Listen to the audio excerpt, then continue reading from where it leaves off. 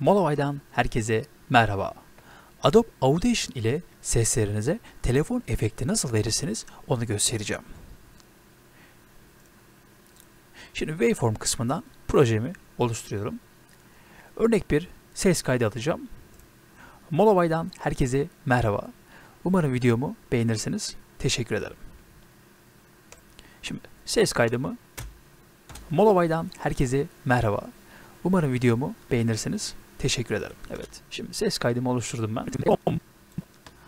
Şimdi sol kısımda bulunan Effects kısmına tıklıyoruz ve buradan Filter and EQ seçtikten sonra sağ tarafta gördüğünüz gibi FFT Filter diyor.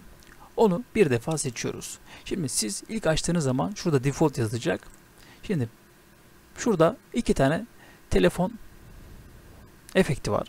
İlkine tıklayalım isterseniz. App'i derseniz direkt işlemi uygular. Ben işlemi hemen uygulamasını istemiyorum. Önce dinlemek istiyorum. Molovay'dan herkese merhaba. Umarım videomu beğenirsiniz. Teşekkür ederim. Evet, gördüğünüz gibi. Şimdi bir de diğerini dinleyelim isterseniz.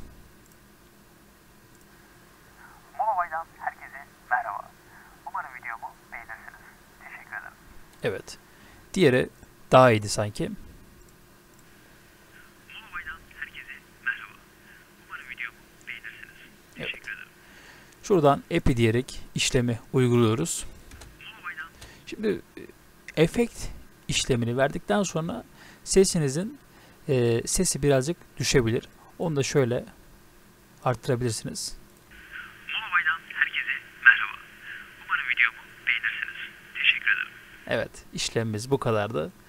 Umarım videomu beğenmişsinizdir. Kendinize iyi bakın. Hoşça kalın.